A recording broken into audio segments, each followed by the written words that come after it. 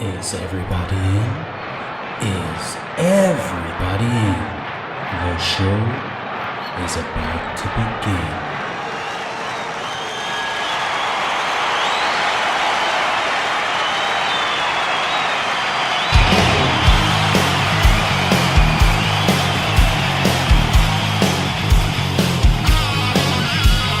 Welcome to the podcast, concerts that made us, interviews and stories, tales from the bus. We love taking you back to when it all went down. The greatest live shows and that cheering crowd sound. It's concerts that made us, concertsthatmadeus.com.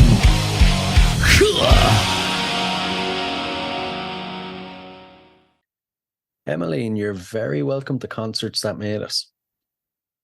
Thank you so much for having me. It's great to have you now. I'm really looking forward to diving into your music over the next bit. So you released The Sun Will Still Shine When You Die on the 20th of October. What can you tell us about it? Oh, wow, there's so much to say about this album. It's 7 songs. Some of them are quite intense, some are slightly lighter. But yeah, it's quite intense dark music. There's like a deep theme of sort of death and that kind of thing. So what's going to happen when we die, and yeah, so that was something that um yeah I didn't actually plan, to write such dark songs. It's that kind of music, just it just comes out of me. And it's so hard to actually talk about it just straight away, because it's it's that kind of music, sort of carried around like my whole life. So it's got like a lot of, sort of memories of sort of other lifetimes and very strange kind of things that I've felt and seen in my lifetime. And some of the songs, they like I mean, it's like these long kind of story type songs. So it's not, I don't know, it's not about my life, but at the same time, it's about a whole lot of things at the same. I'm extremely nervous. Oh my There's no gosh, it's need to my be first nervous. interview. So yeah, it's such a hard thing to kind of talk about, because my lyrics are so intense that they kind of say everything. So to try to put it into one sentence is quite difficult, because Yeah, it's, yeah. you know, it's not coming from my mind. It's coming from my soul and my heart. So It's like I you're don't a know if any of vessel that for made it to come sense. true. Yeah. And, when you're writing such songs, then what does the process look like? I do a lot of praying for songs to um sort of find me in a way. So it's a very deep thing that I do, and it's you know if I can be extremely honest with you, it's very strange. I mean, they they kind of have their own kind of being to them, like their own kind of entity that just come visit me. So I'll actually see someone's face or something, and then I'll be like, okay, this is very strange. So there's like a whole feeling of their um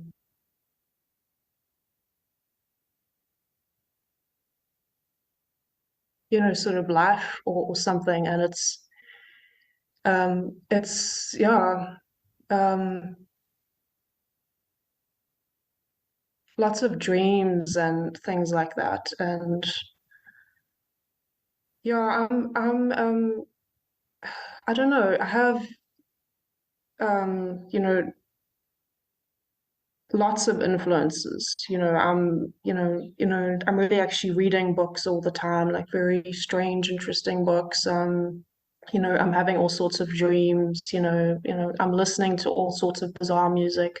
So I have like a lot of influences coming in. So I think that kind of thing just all, it just slowly kind of filters down into my whole being. And then I don't know, I just hear something, or I see something. Like I was actually out, I think it was last week, and I was at like some bar or something, and there was a guy there, and I don't know, he was holding his, I don't know, his drink, but in the way that he was holding it, I don't know, it was like he was holding a baby. So there's just that one tiny image, and then like, I don't know, this whole um sort of song just came to me, like just in a flash, like within five Yeah. minutes I saw like this whole image of this person and his life and his wife, and so why is he out by himself? And so yeah, I don't actually know how it works, because it's not from the mind at all, it's from some other place. So, yeah, it sounds like a little bit out there, and yeah, yeah, it is out there for me. It's not like a normal kind of job where I'm like, okay, now I'm gonna sit down and I'm gonna write music. Yeah. It just comes over me. Hmm. I Yeah. get you. I get you. And you Uh-huh. mentioned you have a lot of strange dreams and you use them for inspiration as well. Do you find it hard to kind of translate your dreams into lyrics? I know a lot of people have trouble remembering dreams after they've woke up. Yeah, definitely. It is very difficult. But yeah, I write all the time, so I have a lot of um yeah, lots of words in me already, so I'm always kind of writing every single day. I'm just kind of writing like all sorts of things, yeah, like my feelings about the world. And so I have like so many lyrics just kind of lying around anyway.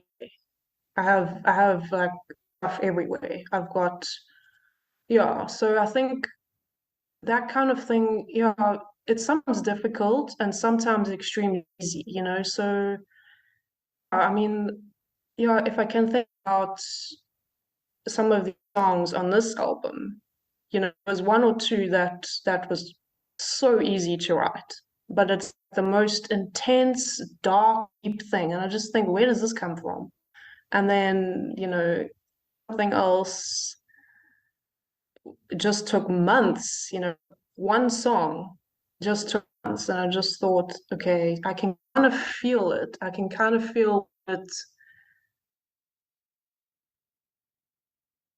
what it actually wants to be. It's, I just don't know how to actually put it into words, because it's like a feeling more than a, yeah, it's hard to talk about, because it's so, for me it's just like instinctual. It's complete instinctual. I've been playing for such a long time that it's not like I don't know, it's not coming from my ego, it's not coming from like this human um, sort of self that's like so nervous and shy of people. Once I'm on the stage, I'm like a completely, I'm like a different person altogether. So, um, yeah. I You think I'm made me, rambling already. no, no. You made me think of something actually there. A lot of singers have alter egos. Would you say that when you step on the stage, then you have an alter ego who takes over? Um, yeah, that is such an interesting question, because when I am on stage, it's like my soul takes over, and my ego has to sit down. And if it's too much from my ego, if I'm like, oh, now I have to play really well, and I have to sing completely in tune, and now if I do one thing wrong, it's a bad show, then it's just crap, It's not, yeah, it's just not that good. And yeah, it's really quite interesting because the audience can feel it immediately. They can just feel, okay, this is different now. And then they just, like they just slowly calm down and everyone just goes into this, I don't know, like a state of awareness. And then I can feel, okay, um, The energy in the room, I suppose. yeah, yeah, yeah, and yeah, it's quite intense, sometimes because I can feel every single person's energy in that room. So everyone's, like obviously drunk or they're on drugs or they, kind of feeling one thing or they all over the.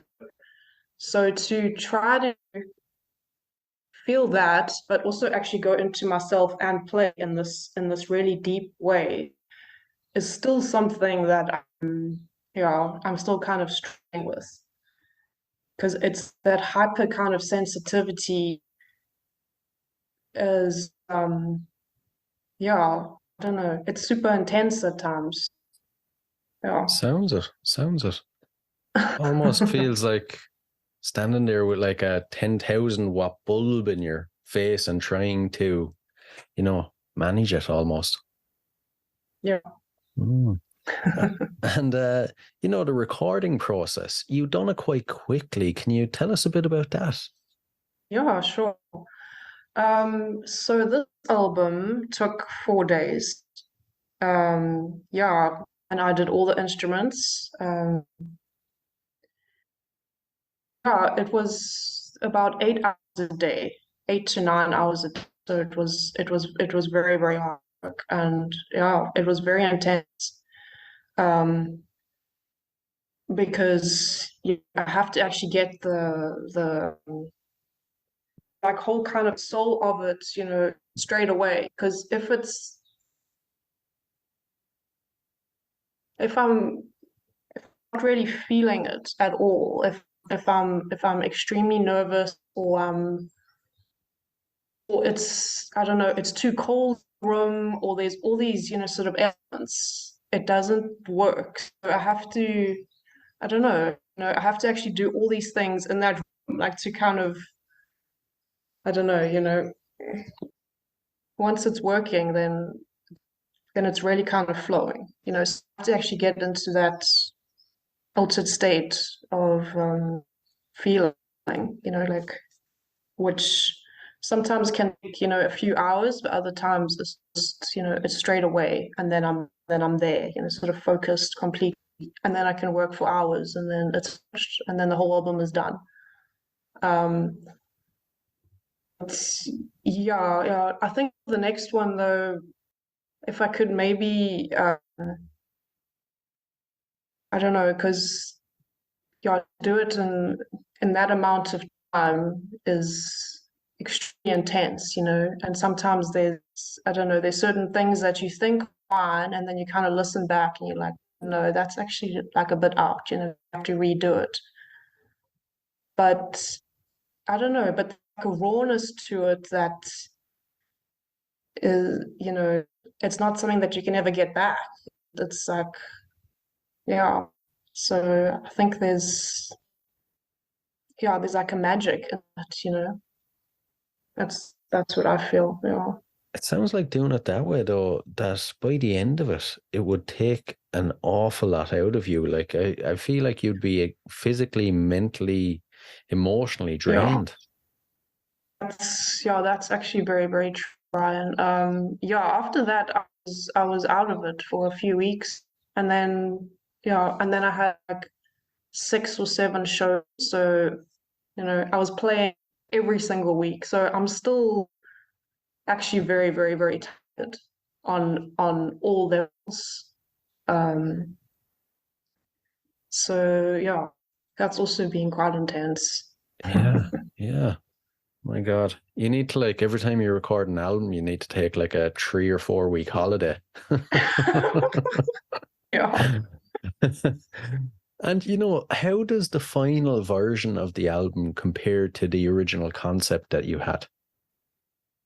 Well, it's actually no, it's completely different. It's I don't know, it's something completely that I did not plan for. These songs are so dark that some of them I just have no idea.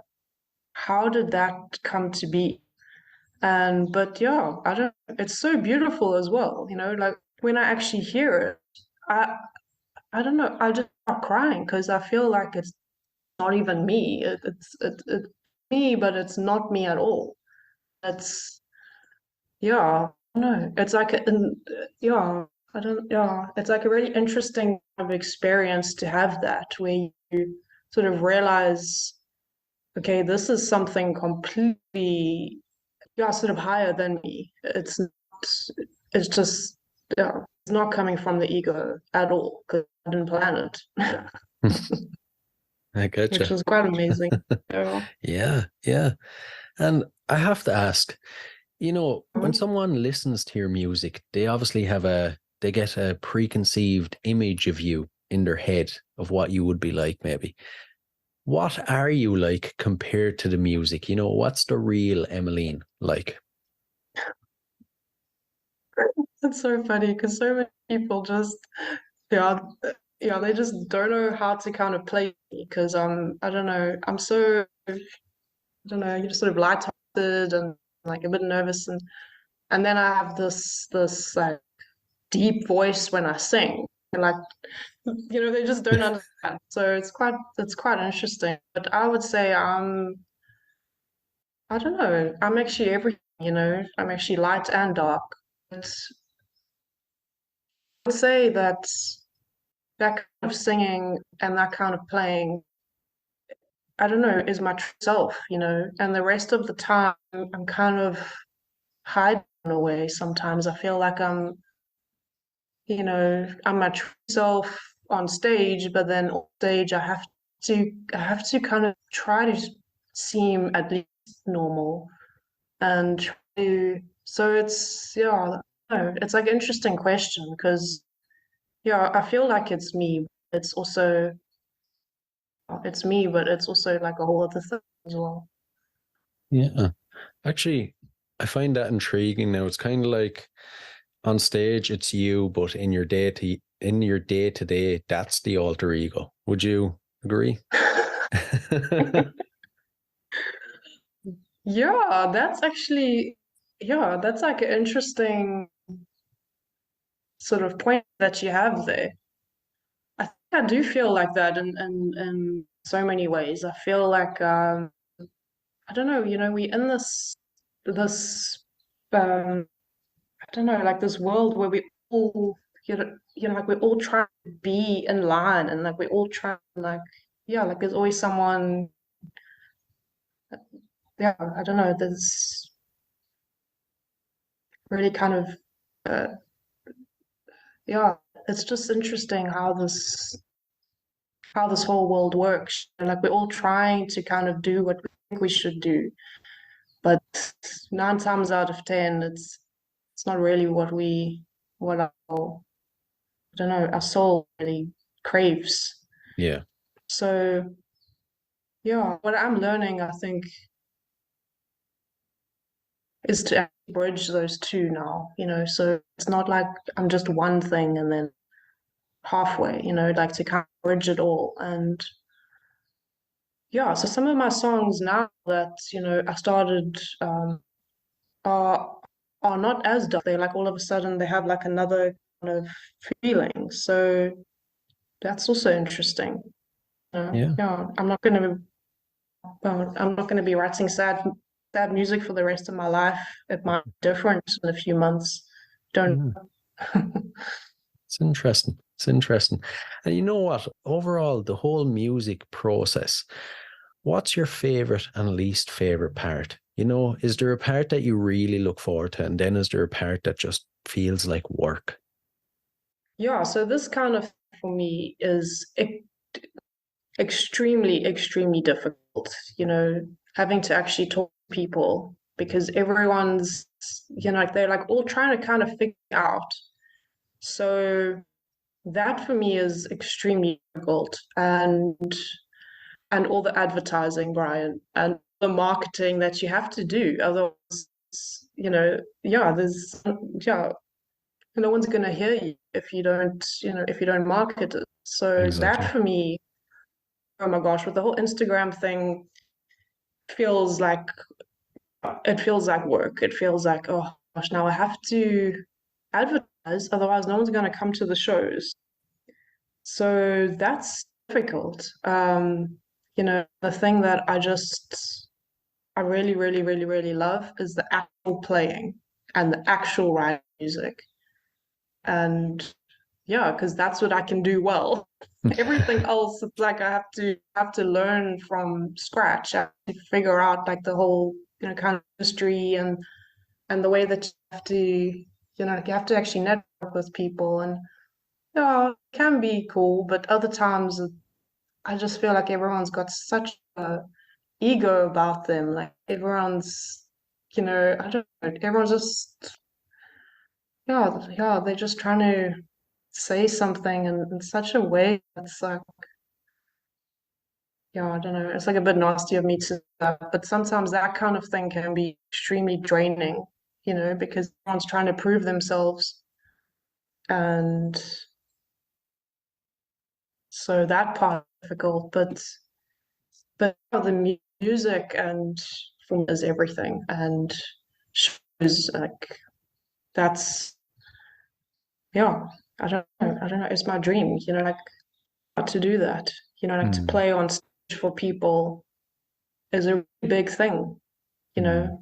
So yeah, I'm extremely lucky that I can do that. Yeah, true, There's not true. many people that can. Exactly, exactly. And I suppose at this stage, so we'll give the listeners a sense of where you come from musically. So if you can you remember your earliest musical memory? um so I started actually listening to very old music from quite a young age. So my was listening to Hendrix, and my mom was listening to Nina Simone. And so I was probably about 2 or 3 years old. I was Mm, listening to that kind of music. I was like, I just okay. wanted louder. So that's Yeah. what I just said to my parents. Like, can you turn that up? Because I want to hear Jimi Hendrix. So I would say, yeah, so that was my first kind of memory. And something in me from a very, very, very young age was like, I understand this. I'm going to be doing that. Okay. The rest of life is going to be extremely difficult, but that's what I understand. I was dancing and everything, I was, I was doing these things with the guitar from a very young age. Yeah, so my family kind of knew, I think, like they knew, okay, Mm. that one's going to be doing something with art and music. So, yeah. Right, right. And during your later years, then your teenage years, everything, what sort of music were you exposed to, and how do you think it molded you into the musician you are today? Well, I was actually listening to very old blues when I was about 12 or 13. Like, I was like a child still, so everyone else, got their bands and like heavy metal. And I was, I was listening to blues. So Sunhouse, people like Sunhouse,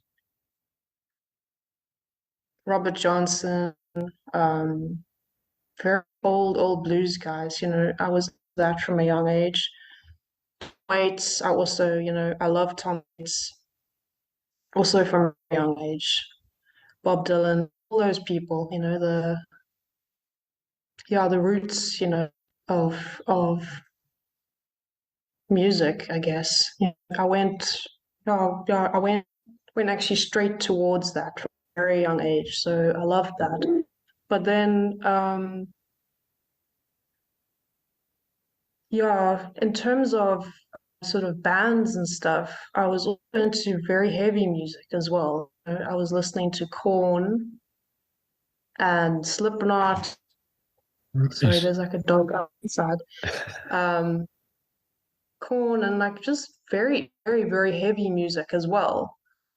And yeah, I was actually listening to all sorts of things, um, It's a all good different mix. types. It's a good mix. Kind of almost polar opposites as well. And Yeah. then when it comes to concerts, as a concert goer, what concerts would you say have made you? Um, well, I saw live music from quite a young age as well. So I was super, super lucky um, to see Guy Battery, which, he's actually from South Africa and he's incredible. Um, yeah, I saw like a few people from quite a young age, and that's actually life changing, I think, when you are very young. Yeah. Um, yeah, and I saw Metallica when I was 13. Oh man. And I was like, yeah, it's kind of cool. I was arrogant as like a teenager. Like, yeah, but that kind of thing can change your whole life because then you realize that's actually, yeah, it's like a huge deal. Um, Yeah. and then I guess in my 20s, I um I traveled quite a bit, so I saw like a few bands, which was also amazing. And um, yeah, the concerts that make me, it's like such a interesting question. I can't, yeah. It's hard to I'm just kind of pinpoint, isn't think, it? yeah, it's very hard to pinpoint exact shows. I've seen some stunning people where it really feels like, okay, it's changing from the inside out. Mm. Yeah. Yeah. Yeah. And your own shows. I'm looking forward to hearing about this now. For any listeners that haven't caught one, give them the full experience if you can. Oh, I'll try.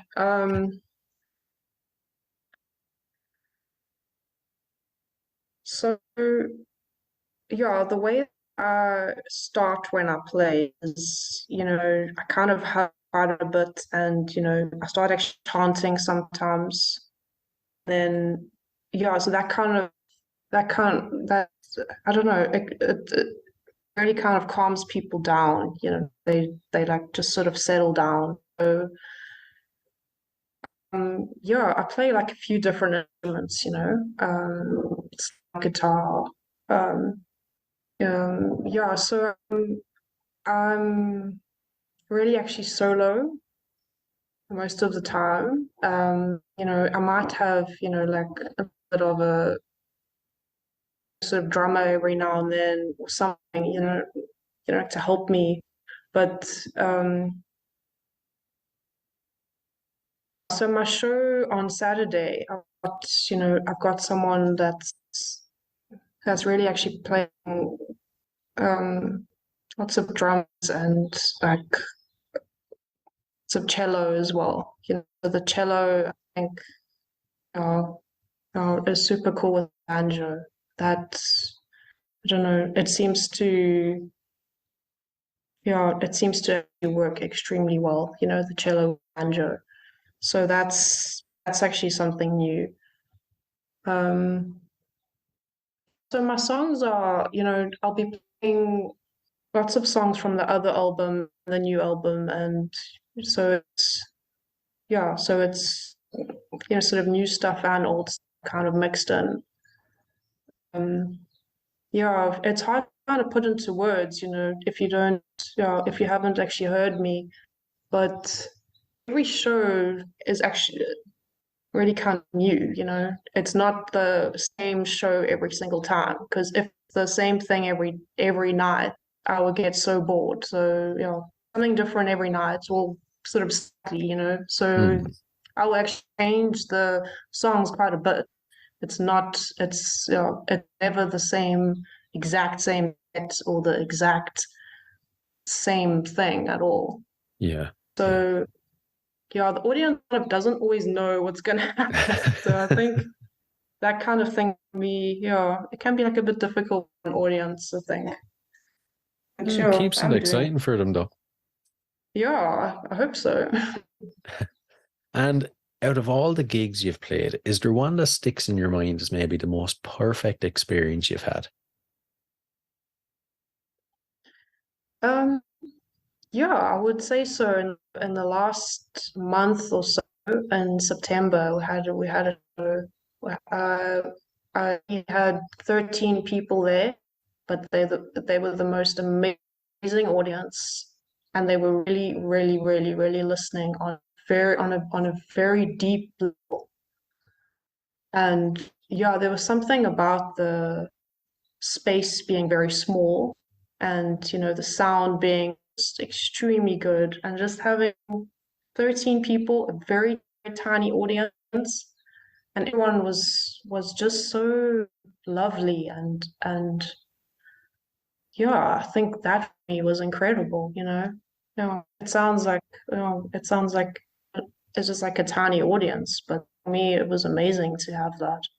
Yeah. Um, and that shows where there's obviously more people, but they don't really know me. So then they like talk a lot, or then they will, like they're kind of listening, but then they're also not. And that kind of thing can be super difficult when you're on stage and you solo, and everyone's that they half or they're half not. So yeah, it's not when you have like an audience that's there with you. Hmm.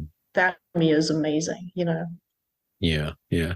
How would you go about then grabbing the audience's attention when it's like that, when it's a bigger one and they're kind of talking or whatever? Um, well, that is so difficult. I think the way I do it to just, you know, to really actually sing from an even deeper place where it's almost like I'm gonna start crying. Like it's so intense and so vulnerable. Not showing off and not kind of playing louder. It's not necessarily playing louder. It's just playing more intensely. Yeah. Then people can feel it. It's not so much about, oh, okay, so now I'm playing like an intense solo. I mean, I can play solos. I can sing in all these different ways. I can show off if I want to, but that's not why I'm doing music. So when it's kind of coming from this intense, deep heart place, and it's extremely vulnerable, then they listen. It's very interesting. It's actually fascinating because people feel it instantly. Then they like, oh, okay, and then they just calm down. But it doesn't always happen, which is fine. Yeah. Yeah. And, I always say you have to have the good with the bad. So is there a gig experience you've had that maybe wasn't the best, and how did you overcome Oh my gosh. it? I don't know if I can be honest. I'm so Well, scared you other people are gonna listen. you don't have to mention Yeah, I names. mean, yeah, there has been quite a few shows where I felt like, you know, I'm just actually gonna walk that stage like a diva, like, and just throw down my instruments. But I did do that. Um, yeah, I had this. I don't know. He was like a diva that. I mean, he was a serious diva, but he did this thing on stage. So now we like playing and everything, and then he starts talking on the phone, and Right. like someone called him, and now he's shouting at some while he's playing. So he's holding the phone in his arm, and he's still sing, and it sounds good because he's just amazing. So now I'm trying to sing like these intense songs, and then he's talking on the phone on stage. It's so embarrassing. Yeah. And then I don't know, the audience is just not interested and like shouting at me. Like it's just that was not a great one. But yeah, it's been quite intense, But yeah, the last few shows though have actually been very, very, very amazing. I've had like small audiences, but they're actually listening to my lyrics and they're actually there with me. So, if it's like a, tiny audience, it's actually so much better for me, even though, there's not much money involved. It just feels much better when there's less people because I know that they actually want to be there. True, Because if you actually, have an yeah. audience that's just there and like they're just with their friends, they're out to have a good time, that can be fine, but it's not that kind of music. Mm. And um, yeah, I think that's all I'll say about the experiences. Right, right. I have to say though, being able to play drums while on the phone is a talent in itself. There's not many, I feel like not even Yeah, John Bonham or someone would be able to do that. But yeah, obviously it was hugely amazing. disrespectful. And oh, and do you have a pre-show and post-show ritual? How do you psych yourself up before you go on stage, and then afterwards, how do you wind down? Well, that's a big one, hey? Um, yeah, there's like a lot of things I do actually to get myself ready because because this kind of music, it's not just songs that I'm just singing a nice song or it's like a heartbreak song, whatever. It's a kind of music that actually shifts, the energy in a space. So it's not just a song. It's like a whole kind of healing experience. Um, for me and for audience, I'm kind well, not. It's not like an intentional thing, but that's what actually. I don't know. It's actually becoming that because in the last few shows, I've had people crying on the floor and like people having like, I don't know, like these deep kind of experiences in themselves. And I'm, I'm realizing that, okay, this is more than just a show where I just play some nice songs. It's much more than that. So I think to to get ready, I was like the whole day on my own. I can't like interact with a lot of people before I play. Otherwise, I'm just totally overwhelmed. Um, I will do some yoga. I will do some like uh like lots of things that are just quite strange, like with incense and candles, and I'll just kind of get myself into, a scented place that's very, um, that's very focused. And then after a show, um, I have to actually clean my field, like aura, quite a lot because other people's ideas and stuff kind of, sort of stuck in my field. And sometimes I feel like, I'm not even in my body, which is quite a weird experience. I'm still actually on stage. Like I'm not here now, sitting in my house. I'm like a normal person again. So I have to actually ground myself. Like I have to actually come back here into the earth, not be so almost out of it. It sounds really bizarre. I hope you can understand me when No, I'm I all get you. these things. I get you. It's very interesting. And, Yeah. you know, what do you hope people get from your music? You know, the average listener, what do you hope they get from it? Um, I hope that they can actually feel something in themselves, if it's a good thing or not a good thing, because that stuff is yeah, it's there already inside a human. So if you hear a very dark song and you absolutely hate it, it's usually because, there's like a dark thing that's inside of you Mm, that's just getting triggered.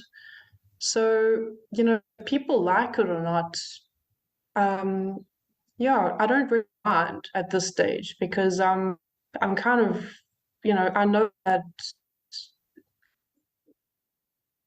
it's not for everyone. It's definitely not for everyone, and that's okay. I don't have to actually take it personally and to um yeah, sort of think about other people all the time. I think is not a yeah, is not is I don't it's not very healthy for an artist like to think about the audience yeah. and if they care or not. I think that's like a very that's like a very difficult thing because at the end of the day, like you keep other people happy. Like if they, like they like it one day and then the next day they're onto something else or they change their mind. So I think what I hope is just to, if there's one person in the world that can feel something, then yeah, I've actually done my job. If it's 5 people, I've also done my job. If it's 20,000 people, I've still done my job. It doesn't really matter about that kind of thing. But also, I think as an artist, like you just have to, I don't know, like you just have to make something and like you just have to offer it to the world, and then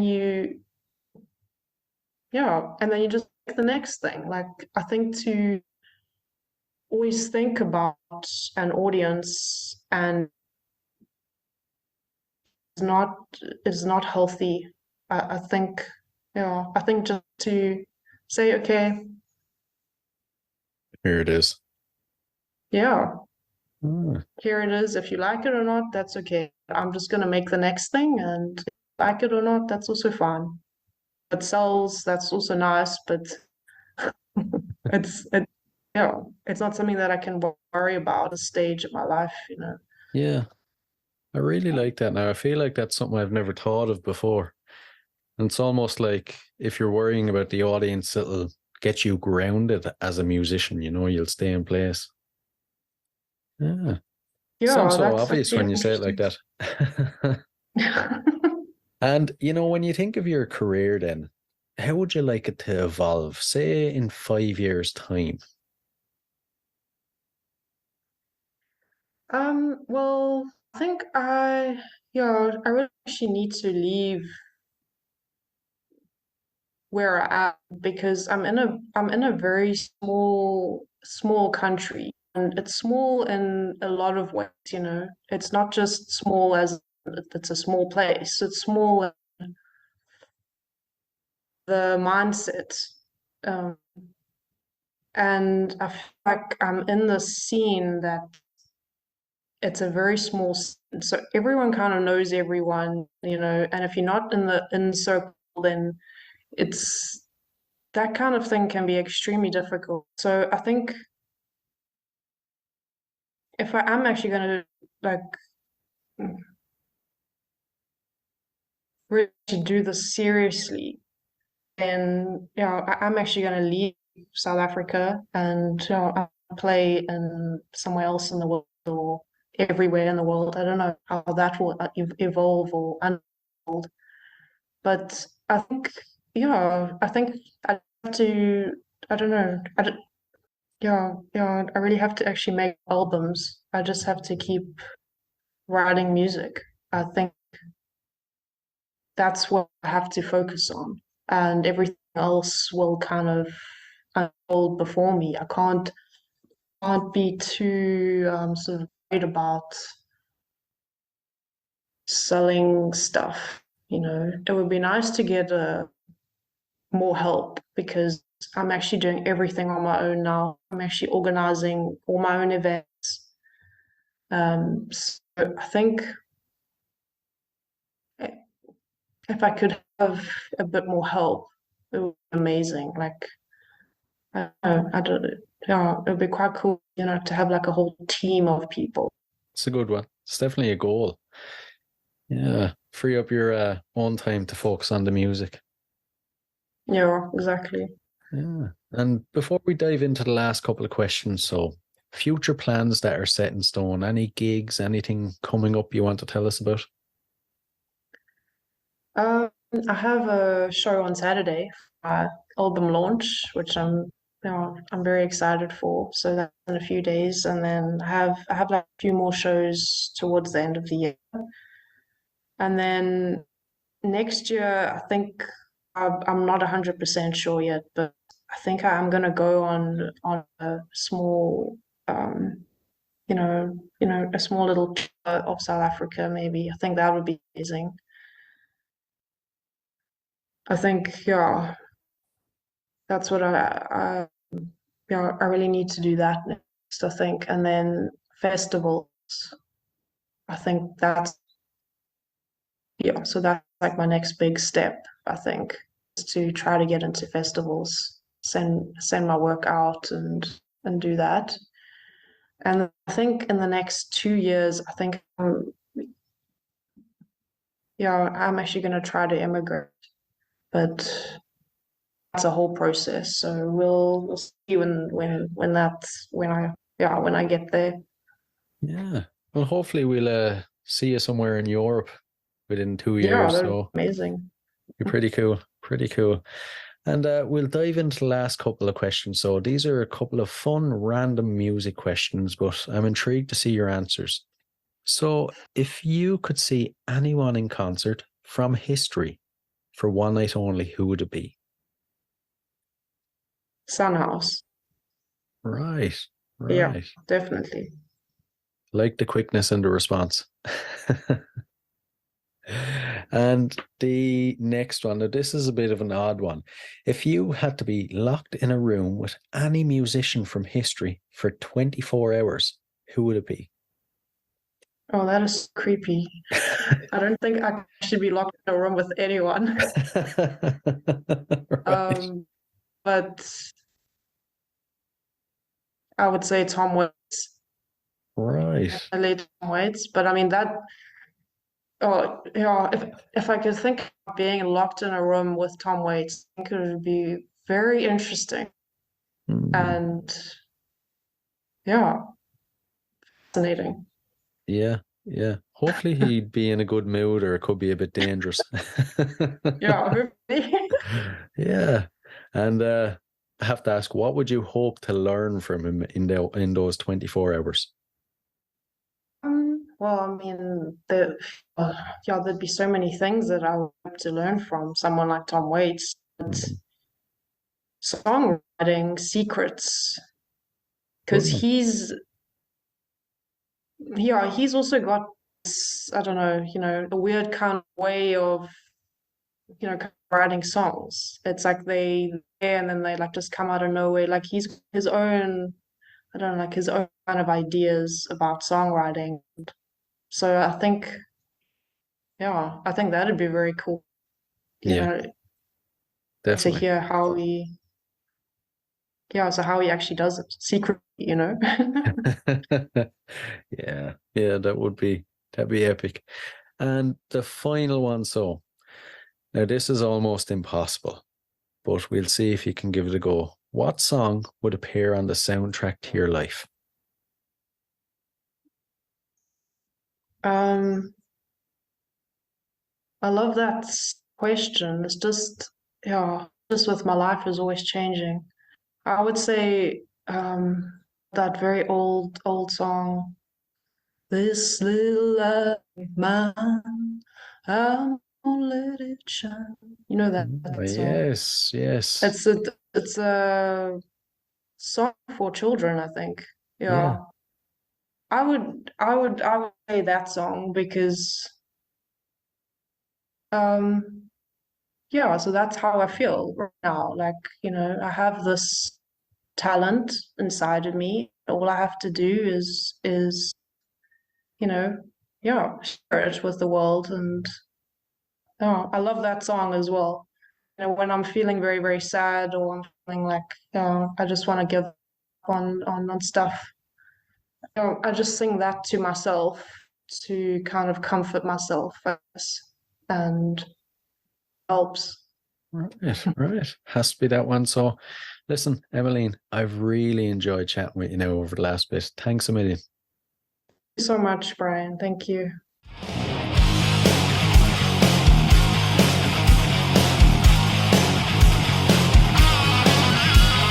Welcome to the podcast, conscience that made us.